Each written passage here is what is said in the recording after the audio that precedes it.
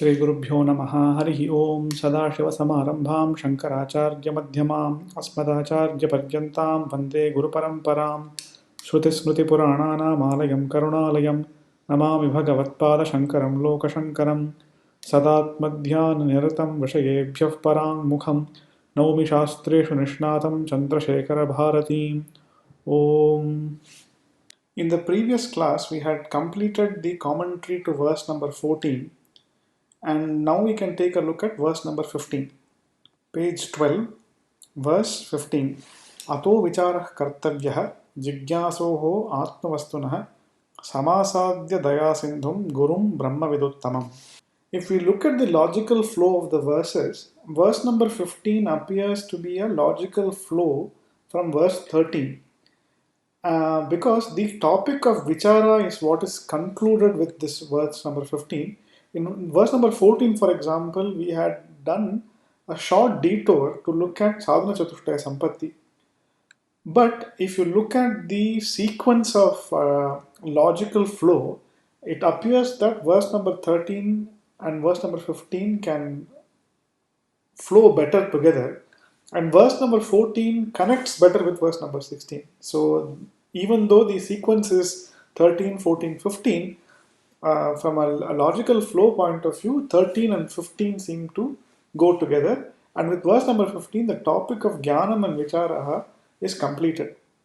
So in verse number 13, for example, Acharya had said arthasti nishchayo drishto vicharena hitoktitah na snanena na danena pranayama shatena va.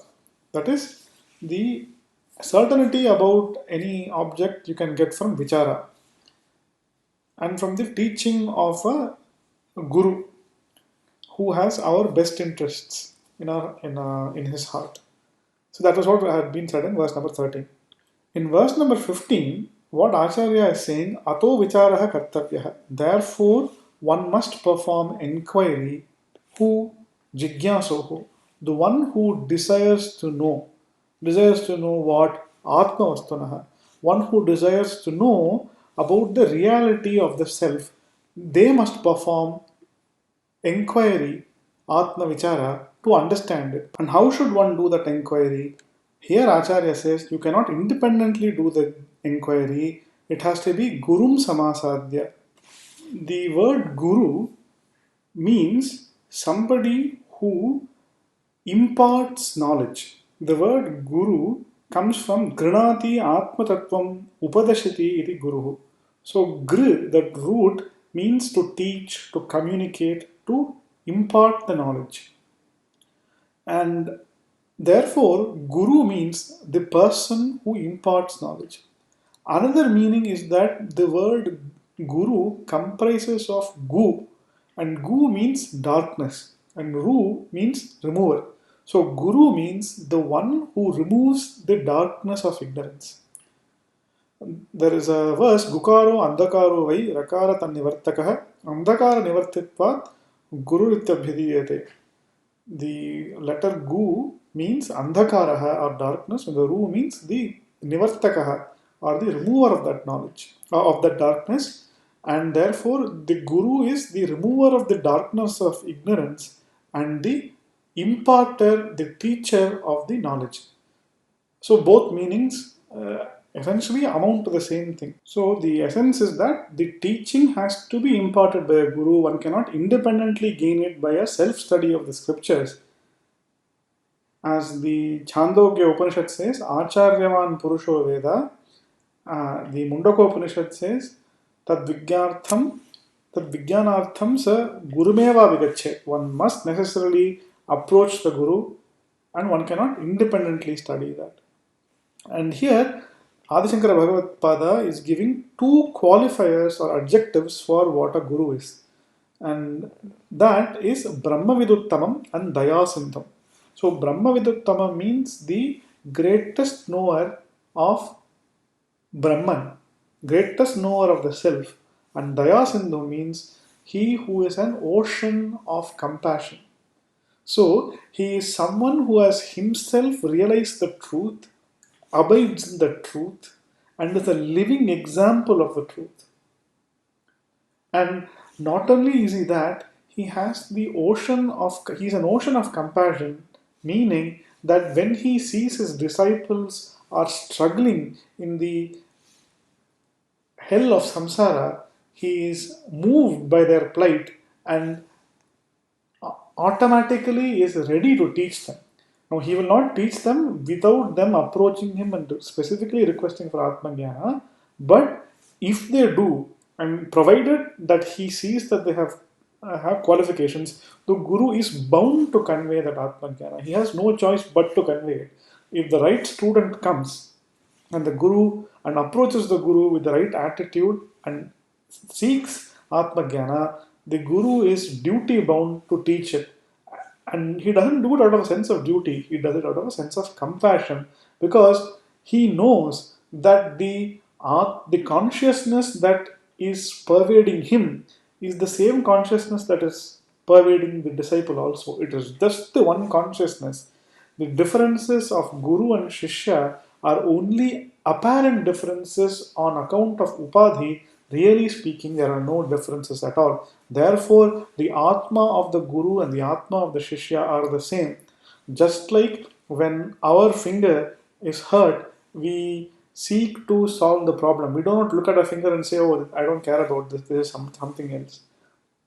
Even though really speaking, it is something else. It is anatma, but we still treat it as what? My finger. And we rush to solve it. Similarly, the guru and the shishya who are apparently different are actually the same. So, where we rush to put bandage on our cut finger, confusing the anatma for the atma, the guru teaches the Atma Vidya to the Shishya, knowing that the Atma of the Shishya is the same as the Atma of the Guru. So he does it out of knowledge, that compassion is born out of knowledge, whereas our desire for self protection is born out of ignorance. That is the big difference between the Ajnani and the Jnani. So, with that, we will start reading the text of the Vyakhya by Jagadguru Srimad Chandrasekhara Bharati Mahaswamigal. And it says, Ataha Sarvanartha Nivartaka Nirnaya Hetutvat Jigyasoho Atmanam Samyak Gyatamichoho Purushasya Atmavastunaha Vicharaha Kartavyaha. Therefore, because the inquiry is the means for the cessation of all forms of evil, the source of all evil in samsara, such as sorrow, fear, anger, desire, hatred, all of that, the root cause is ignorance. And because Atma Vichara is the means by which one gains Atma Jnana, and Atma Jnana is the means by which one overcomes that ignorance, one removes that ignorance, Jigyasoho. And he defines Jigyasoho as those people who want to have the correct knowledge of the self. Samyak Gyatamichoho. The ones who want to have the right knowledge of what? Atmanam, of themselves. And those people, they must perform self-inquiry. Atmavastunaha vicharaha kartavyaha. Avashyam kartavyaha. They must certainly perform the inquiry about themselves so that they get the Atma Jnana by which they can remove the Sarvanartha Hetu, the cause for all forms of evil, ignorance. Tatra iti kartavyatamaha dayasindhum स्वयं कृतार्थत्वेन स्वस्य प्रयोजनाभावसिद्ध एव इतरेपि मा दुःखम् अनुभूवन् इति करुणायाः समुद्रम् आधारमित्यर्थः जलराशिरव जलानां गुरुं गुशब्दः तु अन्धकारस्यात् रुशब्दः तन्निरोधकः अन्धकारनिरोधित्वात् गुरुरित्यभिधीयते इति गुरुगीता उक्तरीत्या स्व उपदेशेन अज्ञानाख्य Hardandhakara Harakam ityarthaha. So, how should that inquiry be performed? the way it should be performed is what is referred to in Purva Mimamsa as iti kartavyata. So not just for inquiry, any ritual in Purva Mimamsa, the exact prayogam or the way in which something should be done is referred to as iti kartavyata. So Jagadguru Srimad Chandrasekhara Bharati Mahaswamigal is saying, in this case, the way that enquiry must be performed is being described by Adishankara Bhagavad Pada in this verse. Tatra iti kartavyatam aha. And here what he means is that the student must approach a guru.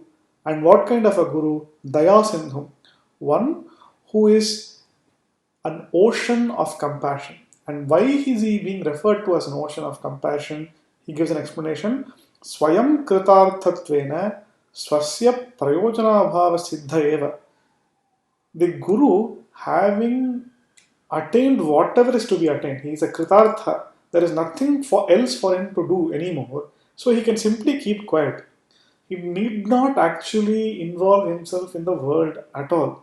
The only reason he is doing these things is for our benefit, for the benefit of Ajnanis, and therefore Swayam Kritartatvena Swasya Prayojana Siddha eva. It is known that he has nothing else to do. He knows it. But Itarepi ma dukkham anubhuvan iti karunayaha samudra. The only reason he is engaging with the world and he is doing that upadesha is so that other people who are suffering from samsara, may them not experience dukkha, dukkha ma anubhuyan. Let them not suffer from samsara, and with that desire to solely engage in activity for others' benefits is why he is being referred to as a Daya Sindhu, Karunayaha Samudram. So, by the word Karunayaha Samudram means Daya Sindhu, and essentially what it means here is that he is the receptacle or the locus of the compassion for others. And here he is being compared to an ocean because the ocean is the receptacle or the locus of a vast amount of water. Similarly, the guru here is the locus of a vast amount of compassion. And he is referred to as a guru. And we looked at this verse previously from the Guru Gita. Gushabdaha tu andhakarasyat rushabdas tan nirodhakaha. The letter Gu refers to the andhakara or darkness. The letter Ru indicates the nivartakatvam, the one who is instrumental in removing the ignorance in the minds of his devotees. Andhakara nirodhitvat guruhu ityavidiyate. Because he removes andhakara or darkness of ignorance from the minds of his devotees, he is called guruhu. Iti Guru Gita Uktaritya Swopadeshena Ajnanakhya Hardandhakara Harakam Ityarthaha. So, based on this Guru Gita verse, in this manner, by his Upadesha, Swopadeshena Ajnanakhya Hardandhakara Harakam Ityarthaha. The darkness of ignorance, he is the one which is located in the heart of the devotees. Heart meaning the mind. In Vedanta, the locus of the mind is the heart. So, Hardandhakara means the ignorance that is located in the minds of his devotees is removed by the Guru in the like how it has been described in the Guru Gita. So, why is darkness called Andhakaram? Acharya explains, Yathandhakaraha prapancham avritya tad jnana pratibandhako bhavati evam ajnanam atmanam avritya tat spashtabhana pratibandhakam bhavati iti andhakaratvam ajnanasya. Just like ignorance, rather just like darkness covers the objects in the world and prevents those objects from being known, similarly, Ajnanam or ignorance covers the self. Atmanam avritya. The avaranam means it is a veil or a covering of the self. So in Advaita, Ajnanam is not the absence of knowledge. Ajnanam is a covering of the self, is something which obscures the self. Evam ajnanam atmanam avritya tat spashtabhana pratibandhakam bhavati. It acts as a pratibandhakam or an obstacle for the clear perception of the self. As we will see, the self is swaprakasham or self-luminous. That is, in its natural state, it is self-evident, it is always known. But because of the pratibandhakam or the obstruction of ignorance, one does not perceive the self. One does not clearly know that what one is the self. The true nature of the self is not revealed to us. That it is all pervading consciousness which is of the nature of supreme bliss. That knowledge is not apparent to us because of the presence of ignorance. Now, just like a lamp which has been covered by a veil, the light of the lamp will not be visible for so long as the veil is there. Similarly, for so long as the veil of ignorance is obstructing the self, the clear knowledge of the self, the clear understanding of what the self is truly will not be there. अत एव तम इत्यादि शब्दैः अभिलापश्रुतौ तमोह्यासीत् तमसा गुणमग्रे इत्यादौ. That is why the equation of darkness with ignorance has a Shruti backing also. There is a Shruti Pramana wherein darkness has been compared to ignorance. So, for example, in the Nasadiya Suktam of the Rig Veda, which is quoted here, Tamohyasi Tamasa Gulamagre, where it is said that darkness alone was present, covered in darkness in the beginning. Here, the darkness refers to the primary ignorance, the primal ignorance, the Atma's ignorance of its own nature, which in Advaita is the basis for the creation of the entire universe. The appearance of the universe, the division of that one indivisible self into the Jiva, Ishvara, and the world, all of that is on the basis of that one ignorance, which ignorance in the Shastra has traditionally been equated with darkness. So when you say equated, we are referring to ignorance figuratively as darkness. Therefore, when we say Guru, the word Ru is referring to the removal or the destruction of Gu, Andhakaram, and that Andhakaram is essentially the same as this ignorance, Ajnana. एतद् विशेषणद्वयं यत्र सम्भवति तमाह ब्रह्मविदुत्तमम् इति.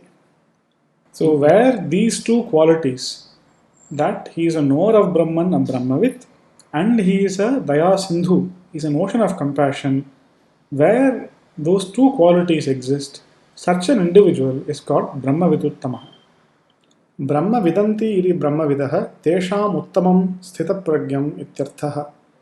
That is, the knower of Brahman is who is referred to as Brahmavidah, and tesham uttamam, the most superior amongst the knower of Brahman is the Jivan Mukta, the Sthita Pragya that has been referred to in the Bhagavad Gita.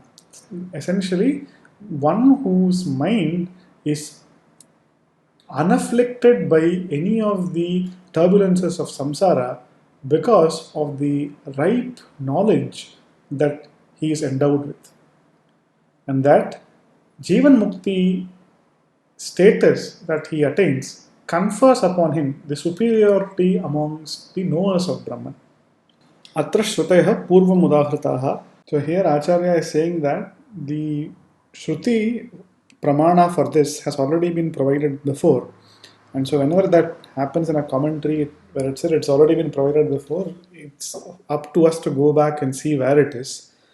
And so, for example, on pages 6 and 7 in the commentary, Acharya says that only a person who has studied from a guru, uh, only such a knowledge will be Atma Vijnana, which will be capable of conferring moksha. And so he had quoted the Shruti Acharyavan Purusho Veda from the Chandogya, Acharya Dhaiva Vidya Vidita Sadashtam Prapate. And then later on he quoted the Mundaka Shruti Tad Vijnanartham Sa Gurumeva Vigachet Samitpanihi Shrotriyam Brahmanishtam. And then the Kathopanishad mantra Ananya Prokte Katiratra Nasti Aniyanyhatarkyam Anupramanat. So only a teaching that has been obtained from the Guru will lead to Atma Jnanam, which will then lead to moksha. So all these various Shrutis he had quoted before.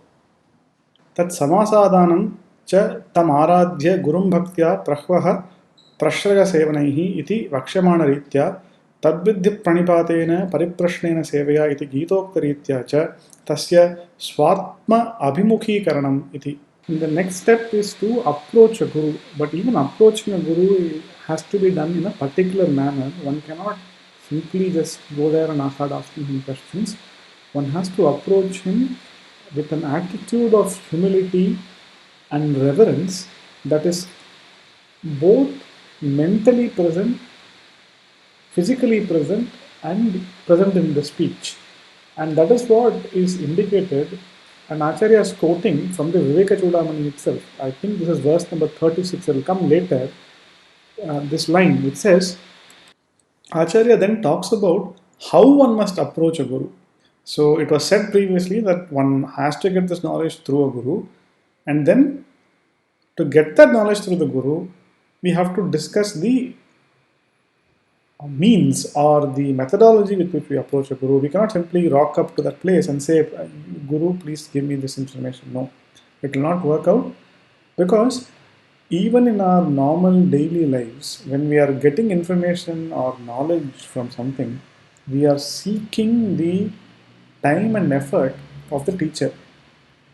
Therefore, it is not a business transaction. Now, many of students today seem to think that we are paying fees, so we should get that knowledge from the teacher. It's a business transaction. No, that is not the right attitude at all. And that is what is said in the Viveka Chudamani itself. Jagadguru Srimad Chandrasekhara Bharati Mahaswami quotes the 36th verse of this. Tam aradhya gurum bhaktya prahvaha prashraya sevanaihi. That is, one has to approach a guru with an attitude of reverence, bhakti, and politeness, reverence, devotion, and politeness that is expressed both physically by offering namaskaras, that's what is indicated by prahvaha, namaskaras, by bhakti, by devotion, prashraya, meaning politeness. So that devotion and reverence we're indicating through polite speech, sevanaihi, service. So by showing the reverence and the bhakti to the guru physically, mentally, speech, and in activity, we are displaying to the guru the extraordinary enthusiasm and the interest we have in serving the guru and getting the knowledge from him. Because we must remember that the knowledge that we are seeking is what is going to emancipate us from samsara. This is not something frivolous that we are seeking from the guru. And as was already said here, the guru is kritartha. He has attained what needs to be attained.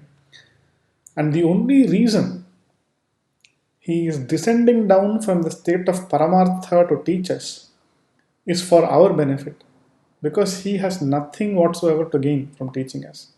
He is doing it for our benefit, and the attitude that we must have is that the individual from whom we are getting Atma Vidya is none other than Ishvara himself. When we approach the Shrotriya Brahmanishta Guru with such an attitude that this is verily Ishvara himself, and convey that via bhakti and reverence, then the knowledge that we get, we will realize the importance of the knowledge and we'll hold on to it, and such a knowledge will free us from the bondage of samsara. So Acharya says that samasadhanam, here the word samasadhya is there in the verse, samyak asadhya. That means one approaches the guru in the right manner. And the verse quoted is Tamaradhya Gurum Bhaktya Prahvaha Prashraya Sevanaihi iti Vakshamana Ritya. In the manner which is going to be revealed, one must approach a guru. And in the Gita also it is said Tadvidhi Pranipatena Pariprashnena Sevaya. That is, one approaches a guru, again, same idea. Pranipatena means with an attitude, with offering namaskara, both physical and mental. Pariprashnena, by asking the right questions at the right time. So one cannot simply go there and ask questions. When the opportunity presents itself and the guru says, okay, please ask the question, then we have to ask. Then we have to ask the question. Like we looked at the Indra Virochana story also. There, after several decades of service, then Brahma asks, okay, why have you come here? What do you want? So for the first 36 years, both Indra and Virochana offered service to Brahma. But Guru Seva only then went through all the Brahmacharya vratas, and only then Brahma asked. So all that is indication of pariprashnam, that is, we have to wait for the right opportunity and then ask the question. We cannot simply unpromptedly ask for Atmavidya. Iti Gitoktaritya cha tasya swatma abhimukhi. By approaching the Guru in this manner, one gains his favor and makes him ready to teach us Atmavidya. Ato vimukte iti ashtamashlokasya yadbhishlokaihi vivritihi krita. So Acharya is saying that the shloka, the 8th shloka, Ato vimukte prayateta vidvan sanyasta vahyartha sukha sprahasan. That shloka, the commentary for the shloka has been provided in the next verses, which is starting from verse number 9 to verse number 15. Those 7 verses contain the expanded commentary to that verse number 8. With that, we will pause the session now and we will take up the 16th verse and its commentary in the next session. Om Purnamadav Purnamidam Purnat Purnamudachyate Purnasya Purnamadaya Purnameva Vashishyate. Om Shanti Shanti Shanti.